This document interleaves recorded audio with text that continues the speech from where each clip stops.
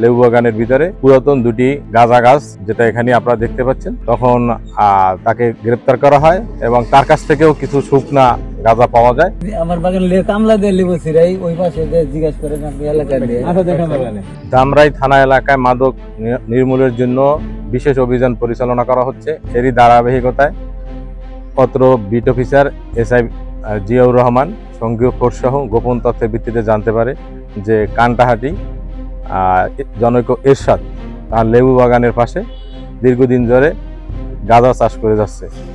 উক্ত তথ্যের ভিত্তিতে আজকের দুপুর অনুমান 2 ঘটিকার সময় ঘটনাস্থলে যায় এবং দেখতে পায় তার বাড়ির পিছনে লেবু বাগানের ভিতরে পুরাতন দুটি গাঁজা গাছ, যেটা এখানে আপনারা দেখতে পাচ্ছেন, তখন তাকে গ্রেপ্তার করা হয় এবং তার কাছ থেকেও কিছু শুকনা গাঁজা পাওয়া যায়। রান্নায় আমার ভালোবাসা Jamuna gas stove. Jamuna gas stove, আধুনিক, নিরাপদ ও দীর্ঘস্থায়ী। পরবর্তীতে আমরা তথ্য পেয়ে আমিও নিজে চলে আসি এবং তাকে এরশাদকে গ্রেপ্তার করি এবং এই দুটি গাছ তাদের হেফাজত থেকে উদ্ধার করা হয়। এ বিষয়ে আইনানুগ ব্যবস্থা গ্রহণ করা হবে।